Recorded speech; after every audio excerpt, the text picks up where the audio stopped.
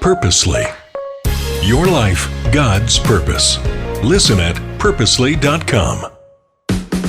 It was still dark when I got in my car and started driving toward the radio station. I was thinking in my mind about the news stories that I was going to be talking about and some of the topics that I would be discussing with my co-hosts on the morning show that I was part of.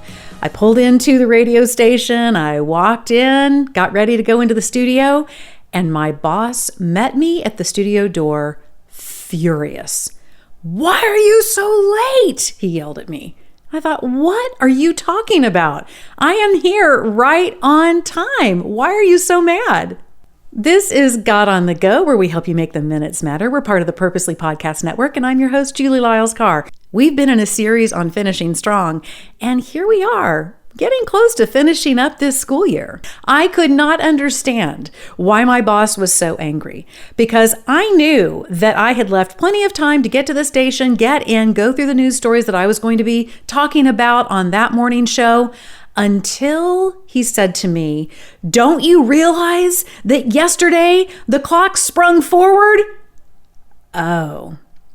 You know, there's that time of year, right, where the clocks spring forward, and what was 5 o'clock in the morning is now 6 o'clock in the morning. We just went through that a few weeks ago if you're listening to this in sequence. And, you know, there'll be that time in the fall where we drop back, where what was 5 o'clock in the morning becomes 4 o'clock in the morning. But this was in the spring. And so what that meant was that I was an hour late getting to the radio station and getting on the air. Womp, womp, womp. I mean, I was so embarrassed. He could not believe that I didn't realize that we had sprung forward on the clock. But isn't that sometimes how time feels? It gets hard to keep track of all the ways that time is moving around us.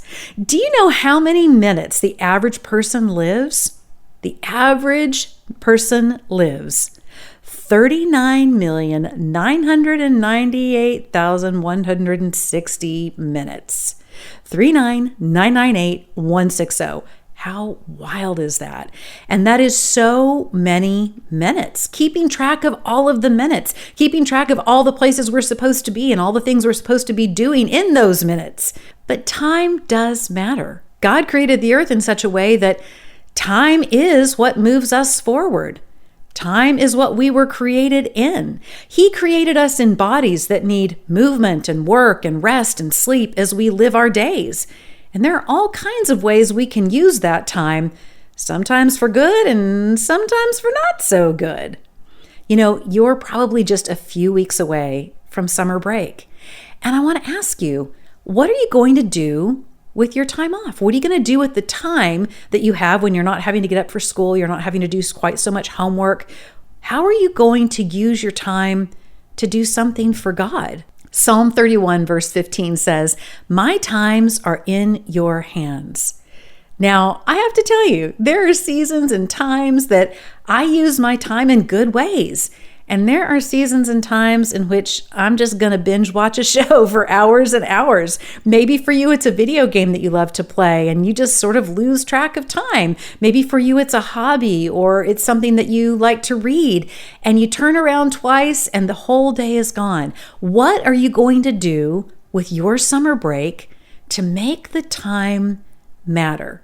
Now listen, I hope that you have plenty of time that you're able to relax, that you enjoy sleeping in a little bit more, that maybe your family can take a breath, can take a pause.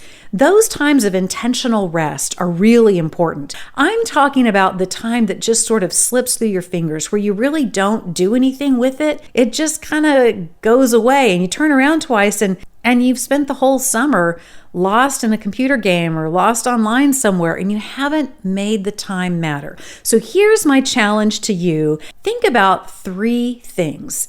This summer, what is something you want to learn? What is something you want to do? And what is something you want to grow?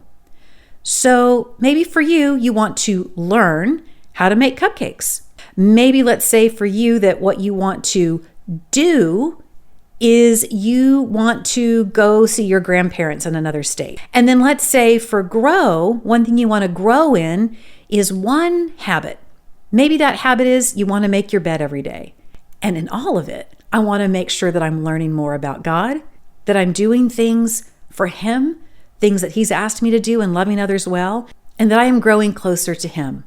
And I hope for your summer break, it's the same for you, that you learn, do, and grow something that's on your list, and that you learn, do, and grow closer to God.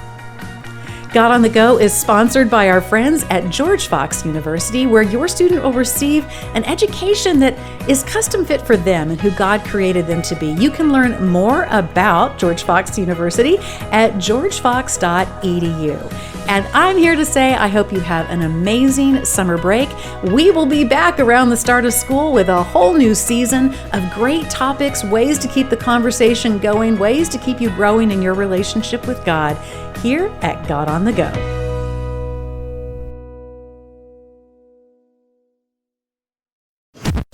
Thanks for listening. We just wanted to take a minute to let you know that just like you and your family, Purposely is also part of a family, the Krista Family of Ministries. Krista helps kids and teens learn and grow in their faith at King Schools and Miracle Ranch Camp. And Krista shares Jesus with people in the poorest, most remote places through World Concern. Krista Senior Living is a community of love and care, and Krista Media is a place of hope on the radio. God is changing lives through these 5 ministries, and Krista is on mission to share the good news of Jesus. To learn more, visit krista.org.